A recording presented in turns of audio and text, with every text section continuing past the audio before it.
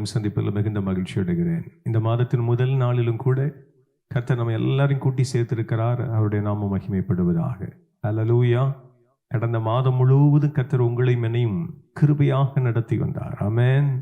நல்ல சத்தமாய் சொல்லுவோம் ஆமென். எனக்கு அன்பான தேவஜனம், இந்த புதிய மாதத்தில் இந்த முதல் நாளை காண கர்த்தர் நமக்கு கிருபை செய்திருக்கிறார். ஆகவே நன்றியுள்ளத்தோடு அவருடைய சமூகத்தில் கூடி வந்து அவரை துதித்து ஆராதித்து அவர் நமக்கு வைத்திருக்கிற ஜீவனுள்ள வார்த்தைகளை தியானித்து இன்னும் ஆண்டவருக்கென்று உண்மையாய் ஓட இந்த மாதம் முழுவதும் கர்த்தர் நமக்கு கிருபை செய்ய போகிறார். ஆமென்.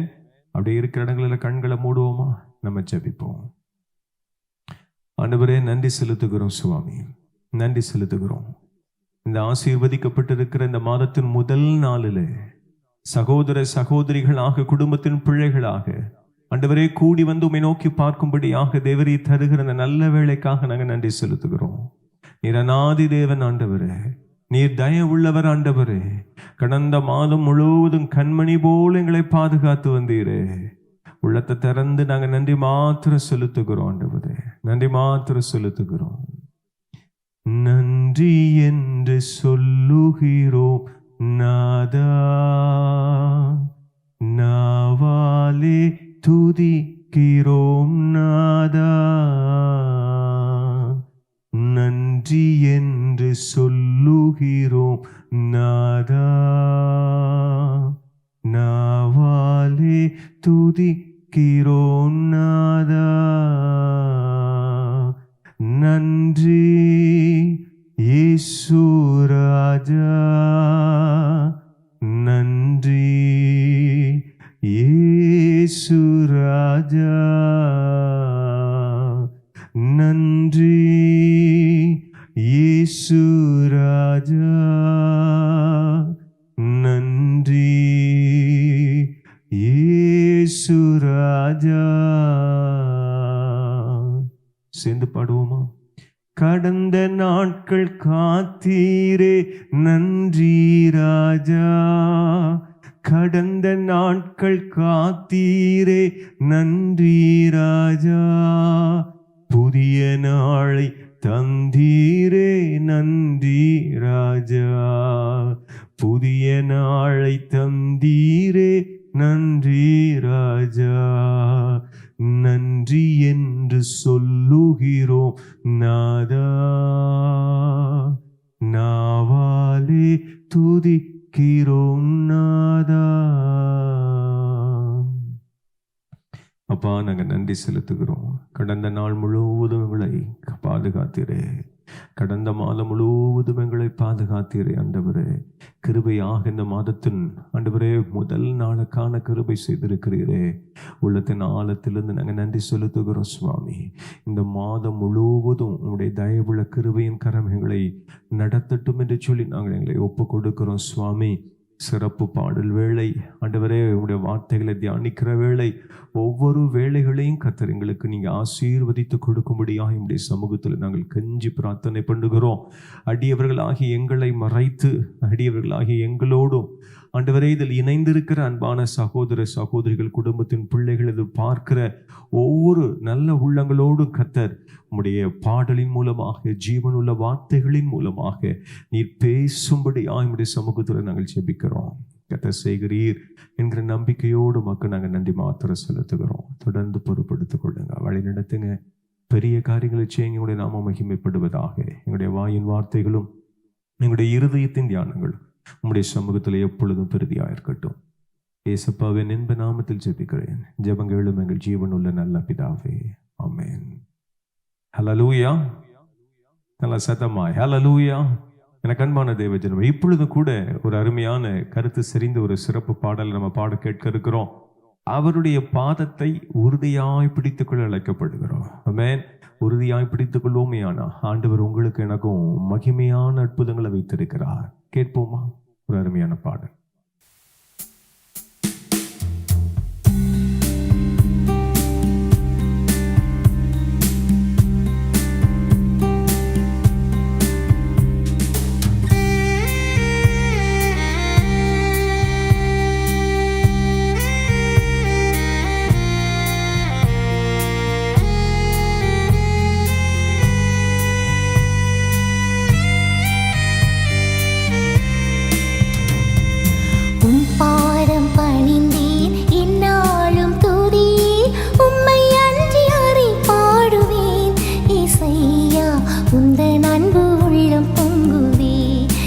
இசையா உந்தன் அன்பு உள்ளம் பொங்குதே. உன் பாதம் பணிந்தேன் இந்நாளும் துதி, உம்மை அன்றி யாரை பாடுவேன். இசையா உந்தன் அன்பு உள்ளம் பொங்குதே. இசையா உந்தன் அன்பு உள்ளம் பொங்குதே.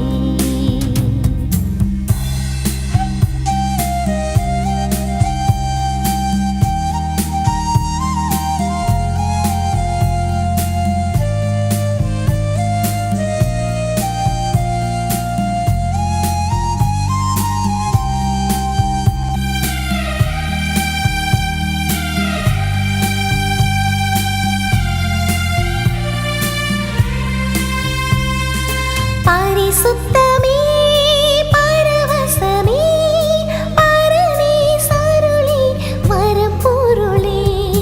பரிசுத்தமே பரவசமே பரனே சருளே வரப்பொருளே. தேடினதால் கண்டடைந்தேன், பாடின பாடக ஈந்தளித்தீர். தேடினதால் கண்டடைந்தேன், பாடின பாடக ஈந்தளித்தீர். உன் பாதம் பணிந்தேன் எந்நாளும் துதி, உம்மை அன்றி யாரை பாடுவேன். இசையா உந்தன் அன்பு உள்ளம் பொங்குதே. இசையா உந்தன் அன்பு உள்ளம் பொங்குதே.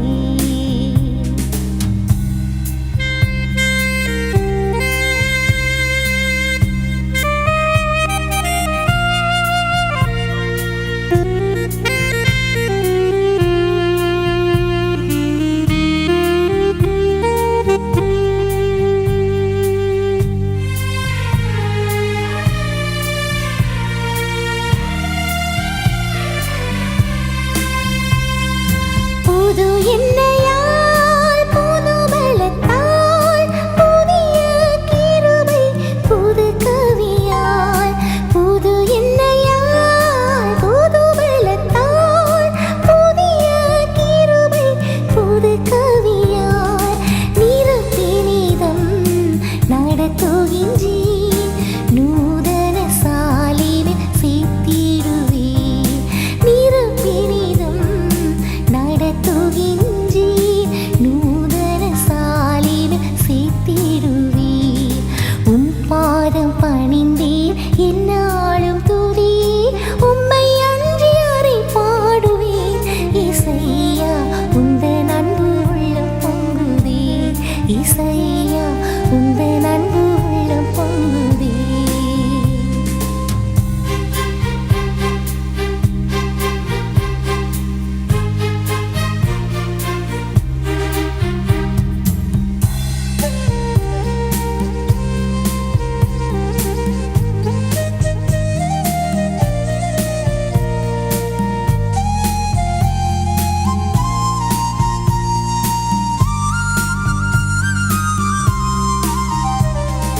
நெருக்கத்திலே உம்மை அழைத்தேன், நெருங்கி உதவி எனக்கு அளித்தீர். நெருக்கத்திலே உம்மை அழைத்தேன், நெருங்கி உதவி எனக்கு அளித்தீர். திசை கெட்டெங்கும் அலைந்திடாமல் தீவிரம் வந்தென்னை தாங்குகின்றீர். திசை கெட்டெங்கும் அலைந்திடாமல் தீவிரம் வந்தென்னை தாங்குகின்றீர். உன் பாதம் பணிந்தேன் எந்நாளும் துதி, உம்மை அன்றி யாரை பாடுவேன். இசையா உந்தன் அன்பு உள்ளம் பொங்குதே. இசையா உந்தன் அன்பு உள்ளம் பொங்குதே. உன் பாதம் பணிந்தேன் எந்நாளும் துதி, உம்மை அன்றி யாரை பாடுவேன். இசையா உந்தன் அன்பு உள்ளம் பொங்குதே. இசையா உந்தன் அன்பு உள்ளம் பொங்குதே.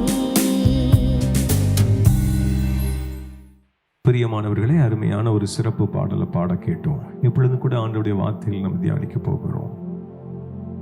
இந்த மாதத்தில் முதல் நாளிலும் கூட ஆண்டவர் இயேசு நம் அனைவரோடும் கூட தெளிவாக பேசும்படியாக விரும்புகிறார். ஆண்டவர் நம்மோடு கூட பேசும்படியாக விரும்புகிற தலைப்பு அர்ப்பணம் தரும் ஆசீர்வாதம் என்கிற தலைப்புல தேவன் நம்மோடு கூட பேசும்படியாக விரும்புகிறார். அர்ப்பணம் தரும் ஆசீர்வாதம். நீங்களும் நானும் மனம் திரும்பி நாம் நம்மை அர்ப்பணிக்கின்ற வேளையில உங்களுக்கும் எனக்கும் ஆசீர்வாதம் காத்து கொண்டிருக்கிறது என்று சொல்லி வேதம் சொல்லுகிறது. ஹல்லேலூயா. அர்ப்பணம் தரும் ஆசீர்வாதம். முகவுரையாக சில வசனங்களை தேவன் நமக்கு காண்பித்து கொடுக்கும்படியாக விரும்புகிறார். எபிரேயர் 10ஆம் அதிகாரம் 22வது வசனத்தை நம்ம எடுத்து வாசித்து பார்ப்போமேயானா, என் வேதம் ரொம்ப அருமையாக சொல்லுகிறது, நீங்களும் நானும் மாசுள்ள நம்முடைய இருதயம் கழுவப்பட்டு தேவனுடைய சமூகத்தில் அவரோடு கூட சேர அழைக்கப்படுகிறோம் என்று சொல்லி வேதம் அருமையாக சொல்லுகிறது. இன்னும் நேர்த்தியாக யாக்கோபு 4ஆம் அதிகாரத்துல 8வது வசனத்தை எடுத்து நம்ம வாசித்து பார்ப்போமேயானா, இருதயத்துல சுத்தம் உள்ளவர்களாக அவரிடத்துல இணைய நம்ம அழைக்கப்படுகிறோம் என்று சொல்லி வேதம் அருமையாக சொல்லுகிறது. ஆண்டவர் இயேசு மலை பிரசங்கம் பண்ணி கொண்டிருக்கிறார். அந்த மலை பிரசங்கத்தில் ஆண்டவர் இயேசு அருமையாக பேசுகிறார். மத்தேயு 5ஆம் அதிகாரத்துல 8வது வசனத்துல வேதம் அருமையாக சொல்லுகிறது, நீங்களும் நானும் இருதயத்துல சுத்தம் உள்ளவர்களாக இருக்க வேண்டும் என்று சொல்லி அழைக்கப்படுகிறோம் என்பதை ஆண்டவர் இயேசு சொல்லுகிறார். இருதயத்துல சுத்தம் உள்ளவர்கள் பாக்கியவான்கள், அவர்கள் தேவனை தரிசிப்பார்கள். ஹல்லேலூயா. எனக்கு அன்பான தேவ ஜனமே, மனம் திரும்பி அர்ப்பணிக்கிற வேளையில உங்களுக்கும் எனக்கும் ஆசீர்வாதங்கள். இன்னும் நேர்த்தியாக சங்கீதம் 51:10 எடுத்து வாசித்து பார்க்குமே ஆனா, அங்கே தாவீது அருமையாக சொல்லுகிறத நம்ம பார்க்க முடிகிறது. என்னுடைய உள்ளத்துல சுத்தமான இருதயத்தை தாங்க ஆண்டவரே, ஆண்டவரே சுத்தமான இருதயத்தை எனக்கு தாங்க, நிலைவரமான ஆவி எனக்குள்ள தங்கும்படியாக செய்யுங்க ஆண்டவர் என்று சொல்லி அங்கே தாவீது தேவ சமூகத்தில் அழுது புலம்பி பிரார்த்தனை செய்வதாக என் வேதம் அருமையாக காண்பித்து கொடுக்கிறது. எனக்கு அன்பான தேவ ஜனம், இந்த மாதத்தின் முதல் நாளில் நீங்களும் நானும் மனம் திரும்பி அர்ப்பணித்து தேவன் நமக்கு வைத்திருக்கிற நிறைவுகளை பெற்றுக்கொள்ள அழைக்கப்படுகிறோம். அதைத்தான் தேவன் இந்த முகவரியின் வசனங்களில் நமக்கு தெளிவுபடுத்த விரும்புகிறார். மனம் திரும்புதல் உண்டோ? இருதயத்தில் சுத்தம் உண்டோ?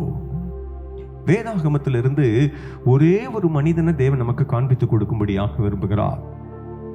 அந்த மனிதனுடைய வாழ்க்கையில எப்படியெல்லாம் நடந்ததோ, இன்றைக்கு நீங்களும் நானும் வாழ்கிற நம்முடைய வாழ்க்கையிலும் கூட அப்படிப்பட்ட ப்ராசஸ்ல, ஒருவேளை அப்படிப்பட்ட பாதைகளில நீங்களும் நானும் செல்ல நேரிடலாம். ஆனாலும் தேவன் அந்த மனிதனுக்கு கிருபையாக தம்முடைய தயவை விளங்க பண்ணினபடினால எவ்வளமாக அர்ப்பணித்து ஆசீர்வாதத்தை பெற்றுக்கொண்டார் என்பதைத்தான் தேவன் நமக்கு காண்பித்து கொடுக்கும்படியாக விரும்புகிறார். வேதாகமத்தில் ஆண்டவருடைய சீடர்களில் பேதுரு என்கிற ஒரு சீடனை குறித்து நாம் அறிந்திருக்கிறோம். அந்த பேதுரு என்கிற சீடனுடைய வாழ்க்கையில நடைபெற்ற காரியங்களை தான் தேவன் நமக்கு காண்பித்து கொடுக்கும்படியாக விரும்புகிறார். ஆண்டவராகிய இயேசுவுக்கும் சீடன் பேதுருவுக்கும் நல்லதொரு நெருங்கிய உறவு இருந்ததாக வேதம் அருமையாக காண்பித்து கொடுக்கிறது. ஒருவேளை நீங்களும் நானும் கூட சொல்லிக் கொள்வோம், இல்ல, எனக்கும் ஆண்டவர் இயேசுவை இத்தனை வருடங்களாக தெரியும். 10 வருடங்களாய், 20 வருடங்களாய், 30 வருடங்களாய், 40, 50 என்று சொல்லி வருடங்களை நம்ம அடுக்கிக் கொண்டே போவோம். இயேசுவை நமக்கு தெரியும் என்று சொல்லி நீங்களும் நானும் சொல்லிக் கொள்ளுகிறோம், இல்ல. அங்கு வேதாகமத்துல பேதுருவுக்கும் ஆண்டவர் இயேசுவுக்கும் இருந்த உறவை அருமையாக வேதம் காண்பித்து கொடுக்கிறது. ஆண்டவர் இயேசுவுக்கு நெருக்கமான சீடர்கள், சொல்லுங்களேன், ஆண்டவர் இயேசுவுக்கு நெருக்கமான சீடர்கள் முதல்ல வருவதே, ரொம்ப சரியா சொல்றீங்க, பேதுரு, யாக்கோபு, யோவான். அப்போ ஆண்டவருடைய இயேசுடைய உள்ளத்துல அதிகமாக நெருக்கமாக அவருடைய அன்பை பெற்றுக்கொண்ட ஒரு சீடனாக இருக்கிறார் பேதுரு. ஆகவே தன் முதல் பேரை பேதுருன்னு சொல்லி சொல்றார். ஆண்டவர் இயேசு இந்த உலகத்துல வாழ்ந்த பொழுது சில நேரங்களில் தம்முடைய சீடர்களை பார்த்து தன்னிடத்துல வருகிறவர்களிடத்துல சில கேள்விகளை கேட்கிறத பார்க்க முடிகிறது. அப்படி ஒரு விசை யோவான் 6ஆம் அதிகாரத்துல 67, 68 எடுத்து வாசித்து பார்க்கும் பொழுது ஆண்டவர் இயேசு பேதுருவிடத்திலும் குழுமிருந்த சீடரிடத்திலும் ஒரு கேள்வி கேட்கிறார். என்ன கேட்கிறார்? நீங்களும் என்னை விட்டு சென்று விட மனதாயிருக்கிறீர்களா என்று சொல்லி ஒரு கேள்வி கேட்கிறார். அதற்கு பேதுரு ரொம்ப அருமையாக ஒரு பதில் கொடுக்கிறார். ஆண்டவரே, எங்களுக்கு ஜீவன் தருகிற வார்த்தை உம்மிடத்தில் அல்லவோ உண்டு என்று சொல்லி அருமையாக ஒரு பதில் கொடுக்கிறத பார்க்க முடிகிறது. அப்போ ஆண்டவர் இயேசுவிடத்தில் அவருடைய உள்ளத்தை அறிந்து பதில் கொடுக்கக்கூடிய ஒரு நெருக்கமுள்ளவர்களாக பேதுரு இருந்திருக்கிறார். மற்றொரு விசை ஆண்டவர் மத்தேயு 16ஆம் அதிகாரத்துல 15வது வசனத்தில் ஒரு கேள்வி கேட்கிறார். நீங்கள் என்னை யார் என்று சொல்வீர்கள், யார் என்று அறிந்திருக்கிறீர்கள் என்று சொல்லி ஒரு கேள்வி கேட்கப்படுகிறது. குளிமிருந்த சீடர்கள் யோசித்துக் கொண்டிருக்கிற வேளையில பேதுரு உடனடியாக ஒரு பதில் கொடுக்கிறார். நீ தேவனுடைய குமாரன் என்பதை நாங்கள் அறிந்திருக்கிறோம் என்று சொல்லி சொல்வதாக என் வேதம் அருமையாக சொல்லுகிறது. எனக்கு அன்பான தேவ ஜனமே, எனக்கு அன்பான சகோதரனே சகோதரி, பேதுருவுக்கும் ஆண்டவர் இயேசுவுக்கும் நெருங்கிய உறவு இருந்ததாக இந்த வசனங்களை பார்க்கும் பொழுது நம்ம அறிந்து கொள்ள முடிகிறது. மத்தேயு 16, 17, 18 எடுத்து வாசித்து பார்க்கும் பொழுது 18வது வசனத்துல பேதுருவை கொண்டு ஆண்டவர் செய்ய விரும்புகிற காரியத்தை சொல்லுகிறார். அது அவருடைய அன்பை காண்பித்துக் கொடுக்கிறது. இன்னும் லூக்காவிலும் ஆண்டவருடைய அன்பு பேதுருவுக்கு வழிபட்டதை என் வேதம் அருமையாக காண்பித்துக் கொடுக்கிறது. லூக்கா 22, 31, 32 எடுத்து வாசித்து பார்க்கும் பொழுது ஆண்டவர் இயேசு பேதுருவுக்காக பரிதவிக்கிறதை என் வேதம் காண்பித்துக் கொடுக்கிறது. So they are having a good relationship. நல்ல ஒரு உறவு இருந்ததாக வேதம் காண்பித்துக் கொடுக்கிறது. ஒருவேளை உங்களுடைய என்னுடைய வாழ்க்கையில கூட நீங்களும் நானும் ஆண்டவரோடு நல்ல உறவோடு வாழ்ந்து கொண்டு இருந்திருக்கலாம். ஆனா நடந்தது என்ன? அதைத்தான் இந்த மாதத்தில் முதல் நாளில் நீங்களும் நானும் அறிந்து கொண்டு அர்ப்பணிக்க தேவன் ஒரு அழைப்பு கொடுக்கிறார். நடந்தது என்ன? வாசிக்க கேட்போம். மத்தேயு 26ஆம் அதிகாரம் 69வது வசனத்துக்கு நேராக நம்முடைய கண்களை திருப்புவோம். அதிலிருந்து 74வது வசனம் வரைக்கும் அங்கே சம்பவங்கள் கொடுக்கப்பட்டிருக்கிறது. அந்த வசனத்தை நான் வாசிக்கிறேன். மத்தேயு 26, 69. அத்தருணத்தில் பேதுரு வெளியே வந்து அரமனை முற்றத்தில் உட்கார்ந்திருந்தான். அப்பொழுது வேலைக்காரி ஒருத்தி அவனிடத்தில் வந்து, நீயும் கலிலேயனாகிய இயேசுவோடு கூட இருந்தாய் என்றாள். 70வது வசனம். அதற்கு அவன், நீ சொல்லுகிறது எனக்கு தெரியாது என்று எல்லாருக்கும் முன்பாக மறுதளிக்கிறான். மறுதளிக்கின்ற ஒரு பேதுரு. அதோடு அவன் நின்று விடல. 71வது வசனத்துல பாருங்க. அவன் வாசல் மண்டபத்திற்கு போன பொழுது வேறொருத்தி அவனை கண்டு, இவனும் நசரேயனாகிய இயேசுவோடு கூட இருந்தான் என்று அங்கே இருந்தவர்களுக்கு சொன்னாள். அவனோ அந்த மனுஷனை நான் அறியேன் என்று ஆணையிட்டு மறுபடியும் மறுதளித்தான். மறுபடியும் மறுதளிக்கிறான். என கண்பான தேவஜனமே, ஆண்டவர் இயேசுவை நீங்களும் நானும் அறிந்தேன் என்று சொல்லியும் மீண்டும் மீண்டும் அவரை மறுதளித்துக் கொண்டிருக்கிறோமோ? தேவனோடு நெருங்கின ஒரு சீடன் தான். ஆமென். மீண்டும் அவன் மறுதளிக்கிறான். 73வது வசனத்தை வாசிக்கிறேன்.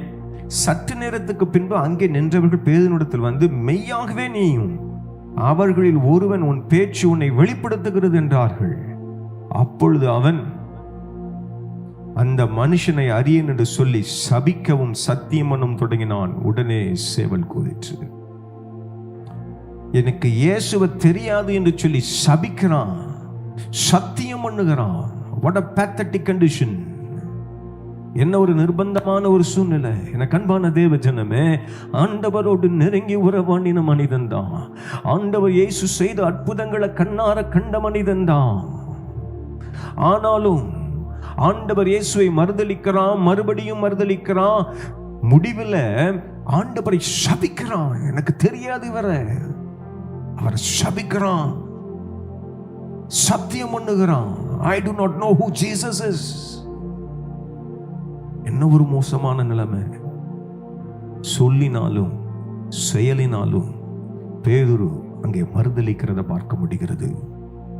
பேதுருடைய வாழ்க்கையில ஆண்டவர் நமக்கு காண்பித்து கொடுக்கும்படியாக விரும்புகிற முதல் காரியம், மறுதளிக்கின்ற பேதுரு. மறுதளிக்கிறான். நீங்களும் நானும் கூட நம்முடைய சொல்லினாலும் செயலினாலும் ஆண்டவர் இயேசுவை அநேக நேரங்களில் மறுதளித்துக் கொண்டிருக்கிறோமோ? இந்த மாதத்துல முதல் நாளில் ஆண்டவர் நம்மோடு கூட பேசும்படியாக விரும்புகிறார். என்னை நீ மறுதளிக்கிறாயா? என்னை நீ மறுதளிக்கிறாயா? மறுதளிக்கிறான். ஆண்டவர் இயேசுவை எனக்கு தெரியாது என்று சொல்லி மறுதளிக்கிறான். எனக்கு அன்பான தேவ ஜனமே, எனக்கு அன்பான சகோதரனே சகோதரியே, ஒரு மனிதன் ஆண்டவர் இயேசுவை மறுதளிப்பதற்கு காரணம் என்ன? ஏன் மறுதளிக்கிறான்? பேதுரு ஏன் மறுதளிக்கிறான்? அங்கே ஆண்டவர் இயேசு தண்டனைக்கு உட்படுத்தும்படியாக கொண்டு செல்லப்படுகிறார். ஒருவேளை இயேசுவை நான் அறிவேன் என்று அவன் அறிக்கை செய்வானே, ஆனா இவனும் ஒருவேளை உபாதைகளுக்கும் உபத்திரவங்களுக்கும் கொண்டு செல்லப்படுவான், இல்லை தள்ளிவிடப்பட்டு விடுவான் என்கிற அச்சம், பயம் அவனுக்குள்ள இருந்தபடினால தைரியமாக அவனால் சொல்ல முடியல. அப்போ உங்களுக்குள்ளும் எனக்குள்ளும் பயம், எதிர்காலத்தை குறித்த ஒரு கலக்கம் உங்களுடைய என்னுடைய வாழ்க்கையில மேலோங்கும் பொழுது நம்மை அறியாமலேயே போய் பேசி விடுகிறோம், தேவையில்லாத வார்த்தைகளை பேசி விடுகிறோம், கோபப்பட்டு விடுகிறோம், கர்த்தருக்கு பிரியமில்லாத அருவருப்புகளுக்கு இடம் கொடுத்து விடுகிறோம். அப்போ பயம் நம்முடைய வாழ்க்கையில இருக்குமே அண்ணா, நீங்களும் நானும் ஆண்டவர் இயேசுவுக்கு பிரியமாக இருக்க முடியாது, அர்ப்பணிக்க முடியாது. அதற்கும் மேலாக எனக்கு அன்பான தேவ ஜனமே, ஆண்டவர் வைத்திருக்கிற ஆசீர்வாதங்களையும் பெற்றுக்கொள்ள முடியாது. அதை உணர்த்து வண்ணமாக அமைந்துள்ள ஜீவனுள்ள வார்த்தைகள் 1 யோவான் 4ஆம் அதிகாரம் 18வது வசனத்தில் இருக்கிறது. அந்த வசனத்தை நான் வாசிக்கிறேன். அன்பிலே பயம் இல்லை, பூரண அன்பு பயத்தை புறம்பே தள்ளும், பயமானது வேதனை உள்ளது, பயப்படுகிறவன் அன்பிலே பூரணப்பட்டவன் அல்ல. நல்ல கவனிக்கணும். அன்பிலே பயம் இல்லை, பூரண அன்பு பயத்தை புறம்பே தள்ளுமா. அப்போ பேதுருவுக்குள்ள பயம் இருக்கிறது. எங்கே நான் ஆண்டவர் இயேசுவை சாட்சியாய், ஆம் நான் அவரோடு கூட இருந்தேன் என்று சொல்வேனே, ஆனா எனக்கு என்ன நேரிடும் என்கிற ஒரு அச்சம், பயம் அவனுக்குள்ள இருக்கிறது. அப்போ பயம் இருந்தால் அங்கே அன்பு இல்லை என்பது வேதம் காண்பித்துக் கொடுக்கிறது. ஆண்டவர் இயேசுவை பார்ப்போம். ஆண்டவர் இயேசுவுக்கு பிதாவாகிய தேவன் மீது அன்பு இருந்தது. ஹல்லேலூயா, நல்ல சத்தமா ஹல்லேலூயா. அந்த அன்பு இருந்தபடினால தான் அவர் தைரியமாக பேசுகிறார். தேவனுடைய ஆலயத்தை கள்ளர் கொகைகளாக மாற்றுகிறீர்களே, அகன்று போங்கள் என்று சொல்லி விரட்டுகிறார். சத்தியத்தை சத்தியமாக என் இயேசு பேசுகிறார். காரணம் என்ன தெரியுமா? பிதாவாகிய தேவன் மீது அவர் வைத்திருந்த அன்பு. அந்த அன்புல அவர் பூரணப்பட்டபடினால் அவருக்கு பயம் இல்லை. நான் எப்படி நடத்தப்பட போகிறேன், என் வாழ்க்கையில் என்ன நடக்க போகிறது என்பதை ஆண்டவர் இயேசு நன்கு அறிந்திருக்கிறார். காரணம் அவருடைய அன்பு ஆண்டவர் பிதாவாகிய தேவன் மீது இருந்தபடினால் அவருக்குள்ள தைரியமாக காரியங்கள் நடப்பிப்பதற்கு அது உதவி செய்கிறது. பேதுரு ஆண்டவர் இயேசுவோடு இருந்தாலும் அவனுக்கு ஆண்டவர் இயேசுவின் மீது இருந்த அன்பும் விசுவாசமும் சற்று குறைவாகவே இருந்திருக்கிறது. ஆமென். ஆகவே தான் அவர் மறுதளிக்கிறான். எனக்கு அன்பான தேவ ஜனமே, உங்களுடைய என்னுடைய வாழ்க்கையில நீங்களும் நானும் பதறுகிறோம், கலங்குகிறோம், அஞ்சுகிறோம், சில நேரம் மறுதளிக்கிறோம், பொய் பேசுகிறோம், தேவையில்லாத காரியத்தை செய்து விடுகிறோம். காரணம் என்ன தெரியுமா? உங்களுக்கும் எனக்கும் நமக்கும் ஆண்டவர் இயேசுவின் மீது அன்பு இல்லாமல் போகிறபடினால் தான். அவரிடத்துல அன்பு இருக்குமே, ஆனால் நமக்குள்ள தைரியம் இருக்கும், நமக்குள்ள விசுவாசம் இருக்கும். ஹல்லேலூயா. அன்பிலே பயம் இல்ல, பூரண அன்பு பயத்தை புறம்பே தள்ளும். பயப்படுகிறவன் அன்பிலே பலப்பட்டவன் அல்ல என்று என் வேதம் அருமையாக சொல்லுகிறது. அன்பிலே பரிபூரணப்பட்டவன் அல்ல, பயப்படுகிறவன் அன்பிலே பூரணப்பட்டவன் அல்ல.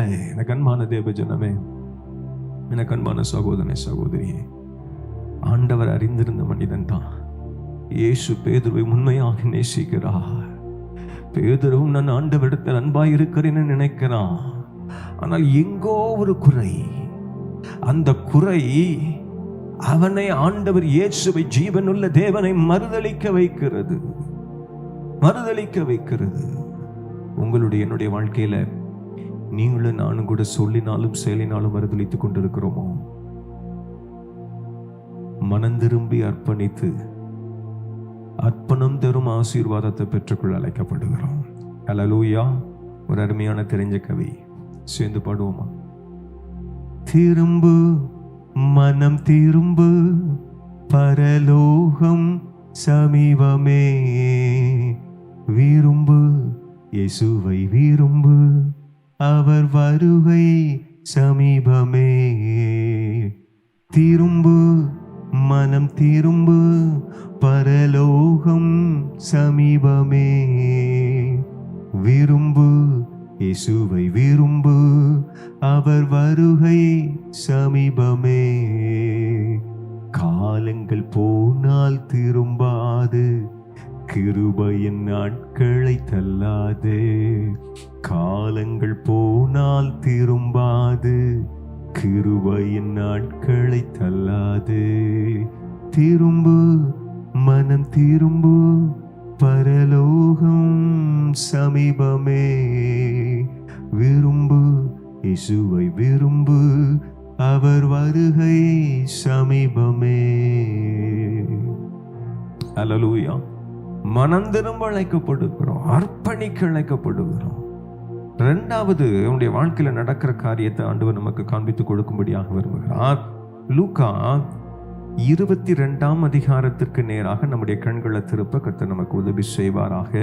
லூக்கா 22 அதிகாரம் 60வது 61வது 62வது வசனம். அந்த வசனங்களை நான் வாசிக்கிறேன். அதற்கு பேதுரு, மனுஷனே, நீ சொல்லுகிறதை அறியேன் என்றான். அவன் இப்படி சொன்னவுடனே சேவல் கூவிற்று. அப்பொழுது கர்த்தர் திரும்பி பேதுருவை நோக்கி பார்த்தார். சேவல் கூவுகிறதற்கு முன்னே நீ என்னை 3 தரம் மறுதலிப்பாய் என்று கர்த்தர் தன்னிடத்தில் சொன்ன வசனத்தை உடனே பேதுரு நினைவு கூர்ந்து, 62வது வசனம், வெளியே போய் மனம் கசந்து அழுதான் என்று சொல்லி வேதம் அருமையாக சொல்லுகிறது. இரண்டாவது காரியம், பேதுருடைய வாழ்க்கையில் நடக்கக்கூடிய இரண்டாவது காரியம், மனம் கசந்து அவன் அழுதான் என்று சொல்லி வேதம் சொல்லுகிறது. நல்ல கவனிங்க. ஆண்டவர் இயேசுவை சேவல் கூவுகிறதற்கு முன்பதாக 3 முறை மறுதலிப்பா என்று சொல்லி ஆண்டவர் சொன்னார். மரணமே வந்தாலும் நான் உம்மை மறுதலிப்பதில்லை என்று சொல்லி அவன் மாறுதட்டி சொன்னான். நீங்களும் நானும் கூட அவனமாகத்தான் சொல்லுகிறோம், இல்லை ஏனோ ஆனால் தவறி விடுகிறோம். இன்றைக்கு தேவன் நம்மோடு கூட பேசுவாராக. அப்பொழுது கர்த்தர் திரும்பி, ஒருவேளை இன்றைக்கு நான் உங்களோடு கூட ஆண்டவருடைய வார்த்தை பிரசங்கம் பண்ணி கொண்டிருக்கிறேன். ஆண்டவர் இயேசு அன்றைக்கு எந்த பிரசங்கமும் பண்ணல. ஆமென். ஜஸ்ட் அப்படி திரும்பி தான் பார்த்தாரு. ஒரு சின்ன லுக் தான். ஆமென். வேதம் ரொம்ப அருமையா சொல்லுது. அப்பொழுது கர்த்தர் திரும்பி பேதுருவை நோக்கி பார்த்தார். சேவல் கூவுகிறதற்கு முன்னே நீ என்னை 3 தரம் மறுதலிப்பாய் என்று கர்த்தர் தன்னிடத்தில் சொன்ன வசனத்தை உடனே அவன் நினைவு கூறுகிறான். எனக்கு அன்பான தேவஜனமே, எனக்கு அன்பான சகோதரனே, சகோதரியே, இந்த உலகத்தினுடைய அன்பு, உறவு, நட்பு எல்லாம் உங்களை முன்ன ஏமாற்றிவிடும். இயேசுவின் அன்பு மாறாதது. ஹல்லேலூயா. சத்தமா சொல்லுங்க, ஹல்லேலூயா. மாறாதது. மாறுவதற்கு அவர் மனிதன் அல்ல, பொய் சொல்வதற்கு அவர் மனுபுத்திரன் அல்ல. அவர் சொல்லியும் செய்யாதிருப்பாரோ? அவர் வாக்குத்தத்தங்களின் தேவனாயிற்று. எனக்கு அன்பான தேவ ஜனமே, the God that you and I worship is a God of promises. அவர் வாக்குத்தத்தங்களின் தேவன். சொல்லியும் செய்யாதிருப்பாரோ? அவர் மாறுவதே இல்லை. ஆண்டவர் இயேசுவினுடைய அன்பு மாறுவதே இல்லை. அவர் நேற்று மின்றும் என்றும் மாறாதவர் என்று வேதம் சொல்லுகிறது. எனக்கு அன்பான தேவ ஜனமே, அந்த மாறாத அன்பு இவன் மறுதலிக்கிறான், ஆனா அந்த அன்பு அவனை நோக்கி பார்க்கிறது. இந்த வசனங்களை படிக்கும் பொழுது நான் அழுதேன். நீங்களும் நானும் ஆண்டவர் விட்டு தூரமாய் சென்றாலும் ஆண்டவர் இயேசு இன்றைக்கும் உங்களுக்காக, எனக்காக, நமக்காக பரிதபிக்கிற நல்ல தெய்வமாக இருக்கிறார். இந்த மாதத்தின் முதல் நாளில் தேவன் நம்மோடு கூட பேசிக் கொண்டிருக்கிறார். சகோதரனே, சகோதரியே, நீங்கள் யாராக இருந்தாலும் சரி, இயேசுவை அறிந்து அறியாத மக்களாக இருந்தாலும் சரி, அறிந்தும் நான் தவறு செய்கிறேன், அறியாது நான் இருக்கிறேன். இன்றைக்கு ஆண்டவர் இயேசு உங்களை பார்க்க விரும்புகிறார். ஆண்டவருடைய இயேசுவினுடைய பார்வை பட்ட பொழுதுல அவன் உணர்த்தப்படுகிறான். மனம் கசந்து அழுது. ஹல்லேலூயா. மனம் கசந்து அழுது, ஐயோ நான் தவறிவிட்டேனே, ஐயோ நான் பாவம் செய்தேனே. மனம் கசந்து அழுகிறான். நீங்களும் நானும் கூட அவ்வனமாக தேவ சமூகத்தில் இந்த வார்த்தை புறப்பட்டு படுகிற வேளையில ஆண்டவருடைய ஜீவனுள்ள வார்த்தைகள் நம்மோடு கூட பேசுகிறதே. கண்களின் நிச்சயினாலும், மாமிசத்தின் நிச்சயினாலும், ஜீவனத்தின் பெருமையினால அறிந்தோ அறியாமலோ, தெரிந்தோ தெரியாமலோ நம்ம தவறி இருக்கிறோமோ, தவறி இருப்போமே. ஆனா ஜீவனுள்ள வார்த்தைகள் நம்மோடு கூட பேசிக் கொண்டிருக்கிறது. இயேசுவின் அன்பை நம்மை நோக்கி வந்து கொண்டிருக்கிறது. அந்த அன்பு பார்த்த மாத்திரத்தில் பேதுரு அழுது புலம்புகிறான். நீங்களும் நானும் ஒருவேளை கடின உள்ளத்தோடு இருக்கிறோமோ? எத்தனை வாதைகள் வந்தாலும் மீண்டும் மீண்டும் உள்ளம் கடினமானது. பார்பானை போல இருக்கிறோமோ? நம்முடைய உள்ளம் கடினமாக இருக்கிறதோ? எனக்கு அன்பான தேவஜனமே, எனக்கு அன்பான சகோதரனே, சகோதரியே, மனம் கசந்து நம்ம நிலைமையை உணர்ந்து நாம் நம்மை அர்ப்பணிக்க இந்த மாதத்தின் முதல் நாளில் தேவன் நமக்கு ஒரு அழைப்பு கொடுக்க விரும்புகிறார். 2 சாமுவேல் 12:13 எடுத்து வாசித்து பார்க்கும் பொழுது தாவீது தன்னுடைய வாழ்க்கையில செய்த தவறு நாம் அறிந்திருக்கிறோம்.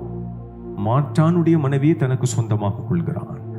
பச்சைபாலிடத்துல தவறு செய்கிறான். அதோடு நின்று விடவில்லை, கணவனையும் கொண்டு போடுகிறான். கர்த்தர் தாவீதோடு பேசும்படியாக தீர்க்கதரிசி அனுப்புகிறார்.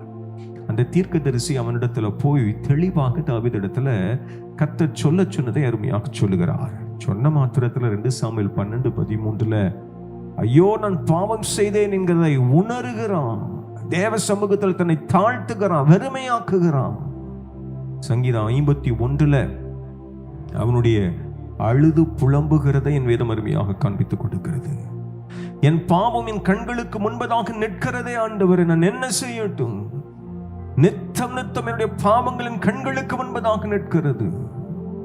என் மீது கிருபையாக இருங்க, சுத்தமான இருதயத்தை எனக்கு தாங்க, நிலைவரமான ஆவி எனக்குள்ள ஊற்றுங்க என்று சொல்லி அழுது தேவ சமூகத்தில் தன்னை தாழ்த்தி ராஜா புலம்புகிறதை என் வேதம் காண்பித்துக் கொடுக்கிறது.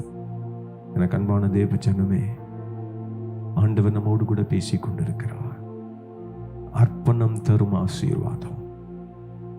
இந்த லென்த் என்னும் தபசு நாட்கள், தவ நாட்கள் ஆண்டவர் கிருபையாக தந்திருக்கிறாரே. இது மனுக்குலத்திற்கு தேவன் கிருபையாக கொடுத்த ஒரு வசந்த காலம் அல்லவோ, இது ஒரு இளவேநீர் காலம் அல்லவோ, இது ஒரு துளிர் விடுகிற காலம் அல்லவோ. நம்மை சீர்தூக்கி பார்த்து அழுது புலம்பி தேவ சமூகத்துல ஒப்பு கொடுக்க நம்ம அழைக்கப்படுகிறோம். இறுதியாக யோவான் 21 15, 16, 17 இந்த வசனங்களை நான் வாசிக்கிறேன்.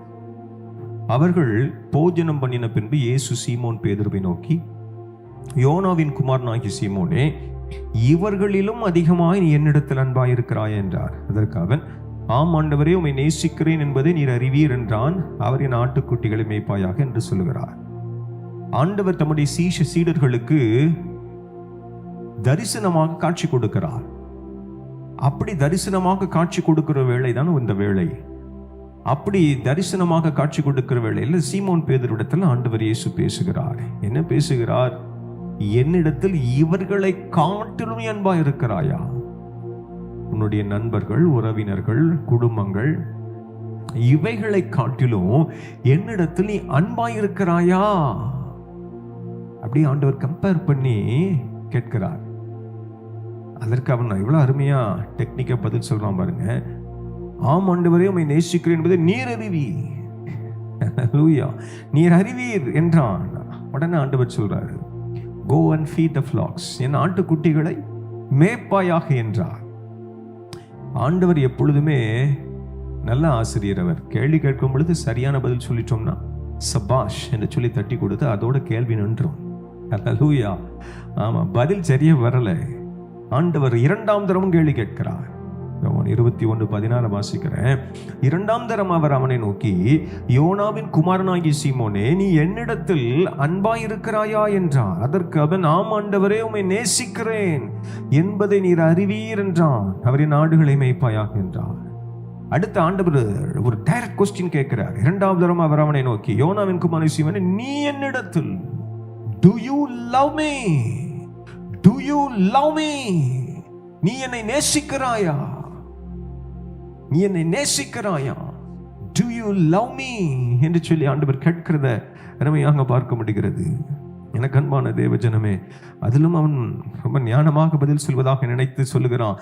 ஆண்டவரே, உம்மை நேசிக்கிறேன் என்பதை நீர் அறிவீர் என்றான். மறுபடியும் ஆண்டவர் சொல்றார், என் ஆடுகளை மேய்ப்பாயாக. சரியான பதில் வரல. 3ஆம் நேரம் கேள்வி வருகிறது. அவர் அவனை நோக்கி, யோனாவின் குமாரனாகிய சீமோனே, நீ என்னை நேசிக்கிறாயா என்றார். முதல் 2 நேரமுமே நீ இடத்துல அன்பாயிருக்கிறாயா என்று சொல்லி கேட்கிறார். 3ஆவது நேரத்தில் என்னை நேசிக்கிறாயா என்று சொல்லி சொல்லுகிறார். நேசிக்கிறாயா என்றார். என்னை நேசிக்கிறாயா என்று அவர் 3ஆம் தரம் தன்னை கேட்டபடினால பேதுரு துக்கப்பட்டு ஆண்டவரே, நீர் எல்லாவற்றையும் இருந்திருக்கிறீர், நான் உம்மை நேசிக்கிறேன் என்பதை நீர் அறிவீர் என்றான். இயேசு, என் ஆடுகளை மேய்ப்பாயாக என்றார். அதுக்கப்புறம் கேள்வி கேட்கல. சரியான பதில் வந்து விட்டது. துக்கப்படுகிறான், அழுது புலம்புறான், தன் பாவத்தை உணர்கிறான். தன்னை மீண்டும் ஒரு புதிய வாழ்க்கைக்கு அர்ப்பணிக்க அவன் ஒப்பு கொடுக்கிறத இந்த 17வது வசனத்தின் மூலமாக நாம் அறிந்து கொள்ள முடிகிறது. அன்பாயிருக்கிறாயா, அன்பாயிருக்கிறாயா என்று கேட்ட ஆண்டவர் 3வது முறை கேட்கும் பொழுது நேசிக்கிறாயா என்று சொல்லி, ஒரு நண்பன் எப்படி மற்றொரு நண்பனுடைய தோள்களிலே கைகளை போட்டுக்கொண்டு எவ்வளவு உரிமையோடு பேசுவாரோ அவ்வண்ணமாக ஆண்டவர் இயேசுவும் நெருங்கி வந்து என்னை நீ நேசிக்கிறாயா என்று சொல்லி தோள்களின் மீது கைகளை போட்டு கேட்பதை போல ஒரு நண்பனை போல நெருங்கி வருகிறார். அந்த அன்பு அவனை அதிகமாய் தாக்கினபடியினால அவன் முற்றிலுமாய் உணர்வடைகிறான். தன்னை அர்ப்பணிப்ப அழைக்கப்படுகிறோம், நாம் அர்ப்பணிக்க வேண்டும் என்கிற உணர்வை கர்த்தர் நமக்கு தர விரும்புகிறார் என்பதை உணர்ந்து கொள்ளுகிறான். தன் வாழ்க்கையை அர்ப்பணிக்கிறான். அதற்கு பின்பதாக கேள்வி கேட்கப்படலை. எனக்கு அன்பான தேவ ஜனமே, எனக்கு அன்பான சகோதரனே சகோதரியே, இந்த மாதத்தின் முதல் நாளில் கர்த்தர் நீங்களும் நானும் மனந்திரும்பி அர்ப்பணம் செய்து ஆண்டவர் நமக்கு வைத்திருக்கிற ஆசீர்வாதங்களை பெற்று அனுபவிக்க வேண்டும் என்று சொல்லி விரும்புகிறார். ஒரு அல்லேலூயா சொல்லுங்களேன். நல்ல கைகளை உயர்த்தி சொல்லுங்களேன். ஹல்லேலூயா, ஹல்லேலூயா, ஹல்லேலூயா. ஆண்டவருடைய சமூகத்தில் மனம் திரும்பி அர்ப்பணித்தபடினால அர்ப்பணிப்பு தரும் ஆசீர்வாதம் என்கிற தலைப்புக்கு இணங்க ஆண்டவர் இயேசு பேதுருவை ஆசீர்வதித்தது என் வேதம் அருமையாக காண்பித்துக் கொடுக்கிறது. அந்த ஆசீர்வாதத்தை மாத்திரம் வாசித்து நம்ம ஜெபிக்க போகிறோம். இன்றைக்கு கர்த்தர் நம்மை ஆசீர்வதிக்க விரும்புகிறார். அப்போஸ்தலர் 5ஆம் அதிகாரம் 15-16. அப்போஸ்தலர் 5:15-16 வாசிக்கிறேன். பிணியாளிகளை படுக்கைகளின் மேலும் கட்டில்களின் மேலும் கிடத்தி பேதுரு நடந்து போகையில் அவனுடைய நிழலாகிலும் அவர்களில் சிலர் மேல் படம் படிக்கு அவர்களை வெளியே வீதிகளில் கொண்டு வந்து வைத்தார்கள். சுற்று பட்டணங்களிலும் இருந்து திரளான ஜனங்கள் பிணியாளிகளையும் அசுத்த ஆவிகளால் வாதிக்கப்பட்டவர்களையும் எருசலேமுக்கு கொண்டு வந்தார்கள். அவர்கள் எல்லாரும் குணமாக்கப்பட்டார்கள். ஹல்லேலூயா, சத்தமா ஹல்லேலூயா. ஐயா, மறுதளித்த ஒரு மனிதன் தான். ஆண்டவருடைய அன்பு அவன் மீது நோக்கமாக இருக்கிறது என்பதை உணர்ந்தவுடனே அழுது மனங்கசந்து அழுறான். மீண்டும் ஆண்டவர் அவனுடைய மாற்றம் இல்லை, மனங்கசந்து அழுறான். இறுதியில் ஆண்டவர் தன்னையே அவனுக்கு தரிசனமாக காண்பித்து அவனோடு மீண்டும் பேசுகிறார். துக்கப்பட்டு தன்னையே ஒப்பு கொடுக்க வேண்டும் என்பதை உணர்ந்தவனாக அர்ப்பணிக்கிறான். அர்ப்பணித்த மாத்திரத்தில் ஆண்டவர் இயேசு அவனை கொண்டு மிகப்பெரிய காரியங்களை செய்கிறார். ஆண்டவர் இயேசுவுக்கு பின்பதாக சபையின் மீது அதிக அன்பு கொண்டு சபையை நிறுவுவதில் தீவிரப்பட்டதாக பேதுருடைய வாழ்க்கையில் நம்ம பார்க்க முடிகிறது. ஆண்டவர் இயேசு பேதுருவின் மூலமாக அநேக அற்புதங்களையும் அடையாளங்களையும் செய்தார். எனக்கு அன்பான தேவஜனமே, அர்ப்பணிம் தரும் ஆசீர்வாதம். அர்ப்பணிக்கிற வேளையில கர்த்தர் இன்றைக்கு உங்களுக்கு எனக்கு ஆசீர்வாதங்களை தர விரும்புகிறார். அப்படியே கண்களை மூடுவோமா, நம்ம ஜெபிக்க போகிறோம். ஆண்டவரே, நாங்கள் நன்றி செலுத்துகிறோம். இந்த அருமையான ஆசீர்வதிக்கப்பட்ட மாதத்தின் முதல் நாளில் நம்முடைய சமூகத்தில் வந்து நிற்க கர்த்தர் தருகிற கிருபைகளுக்காக நாங்கள் நன்றி செலுத்துகிறோம். ஆண்டவரே, நீர் சர்வ வல்லமையுள்ள தேவன், நீர் அற்புதங்களின் தேவன். ஆண்டவரே, நீர் அற்புதங்களின் தேவன் ஆவியானவரே, இந்த மாதத்தின் முதல் நாளில் எங்களோடு கூட நீ தெளிவாய் பேசியிருக்கிறீர். அர்ப்பணம் தரும் ஆசீர்வாதம். மனம் திரும்பி அர்ப்பணிக்க நாங்கள் அழைக்கப்படுகிறோம். ஆண்டவரே, உம்மை அறிந்தும் அறியாதவர்கள் போல நீங்க விரும்புகிற வண்ணமாக அன்பை உம்முடைய சமூகத்தில் உமக்கு முன்பதாக எங்களை தாழ்த்தி அர்ப்பணித்து ஆண்டவரே, முழு மனதோடு நாங்கள் உம்மை இடத்தில் அன்பு செய்யவில்லை. ஆண்டவரே, குறைவுகள் உண்டு, அறிகிறோம், மனங்கசந்து அழுகிறோம், எங்களை அர்ப்பணிக்கிறோம். ஆண்டவரே, ஒப்பு கொடுப்பீங்களா? எல்லாரும் ஒப்பு கொடுங்க, ஒப்பு கொடுங்க. இது உங்களுக்கான ஒரு நேரம், இது உங்களுக்கான ஒரு நேரம். ஆண்டவர் உங்களுக்கு அற்புதங்களை செய்ய விரும்புகிற நேரம். ஆண்டவரே, என்னோடு கூட இணைந்து ஜெபத்தில் அப்பா உம்மை நோக்கி பார்க்கிற சகோதர சகோதரிகள் உண்டே, குடும்பங்கள் உண்டே. ஒவ்வொரு மீதும் உடைய அன்பின் அற்புதத்தின் கரம் இறங்குவதாக, உடைய விடுதலையின் கரம் இறங்குவதாக. ஓ மகிமை மகிமை இறங்குவதாக, ஒரு அற்புதம் இறங்குவதாக. Let your people enjoy the mighty deliverance deliverance, ஒரு மகிமையான விடுதலையை பிள்ளைகள் பெற்றுக்கொள்ளட்டும். குடும்பத்தின் பிள்ளைகள் பெற்றுக்கொள்ளட்டும் ஆண்டவரே. ஆவி ஆத்துமா சரீரத்துல ஒரு விடுதலை பெற்றுக்கொள்ளட்டும். அன்றைக்கு பேதுருடைய மனமாற்றம் ஆசீர்வாதத்தை பெற்றுக் கொடுத்ததே, இன்றைக்கு அர்ப்பணிக்கிற வேளையில ஆசீர்வாதத்தை பெற்றுக்கொள்ள கர்த்தர் உதவி செய்வீராக. செய்கிறபடினால் உமக்கு நன்றி ஆண்டவரே. நாங்களும் எங்களை அர்ப்பணிக்கிறோம், புதுமையான ஒரு உணர்வுள்ள ஒரு ஜீவனுள்ள ஒரு வாழ்க்கைக்கு எங்களை ஒப்பு கொடுக்கிறோம் என்று சொல்லி அர்ப்பணிக்க விரும்புகிறவங்க மாத்திரம் அப்படி கூட இருக்கிற இடத்துல அப்படியே உங்களுடைய வலது கரத்தை அப்படியே உயர்த்தி உங்களுடைய இடது கரத்தை மாத்திரம் உடைய இருதயத்தில் வைத்து, ஆண்டவரே நான் அர்ப்பணிக்கிறேன், பேதுருவை ஆசீர்வதித்தது போல என்னையும் எங்களையும் எங்களுடைய குடும்பங்களை சபைகளை ஆசீர்வதியும் என்று சொல்லி ஒரு விஷயம் அர்ப்பணிப்பீங்களா? அர்ப்பணிங்க. அர்ப்பணத்தை எதிர்பார்க்கிறார். ஹல்லேலூயா, ஹல்லேலூயா. வலது கரத்தை வைத்து இடது கரத்தை உங்களுடைய இருதயத்தில் வைத்து, ஆண்டவரே என்னை அர்ப்பணிக்கிறேன் ஒப்பு கொடுங்க. தேவகரம் உங்களை தொட்டு கொண்டு இருக்கிறது, தேவகரம் உங்களை தொட்டு கொண்டு இருக்கிறது. ஆவி ஆத்துமா சரீரத்தில் கர்த்தர் விடுதலை கொடுத்து கொண்டிருக்கிறார். Right now you are being healed. ஒரு அற்புதம் நடந்து கொண்டிருக்கிறது, ஒரு விடுதலை உண்டாகி கொண்டிருக்கிறது. Receive the touch, receive the touch in the name of Jesus. விடுதலை உண்டாவதாக. கவலை மாறட்டும், பாரங்கள் ஒழியட்டும் இயேசுவின் நாமத்தினால். வறுமைகள் மாறட்டும் ஆண்டவரே. சரீரத்தில் விடுதலைகள் உண்டாகட்டும், தேவைகள் சந்திக்கப்படுவதாக. மாறாவின் கசப்பு மதுரமாய் மாறட்டும் இயேசுவின் நாமத்தினாலே. கர்த்தர் செய்கிறபடினாலும் மக்கள் நாங்கள் நன்றி மாத்திரம் செலுத்துகிறோம். எங்களை நாங்கள் தாழ்த்துகிறோம் ஆண்டவரே, வெறுமையாக்குகிறோம்.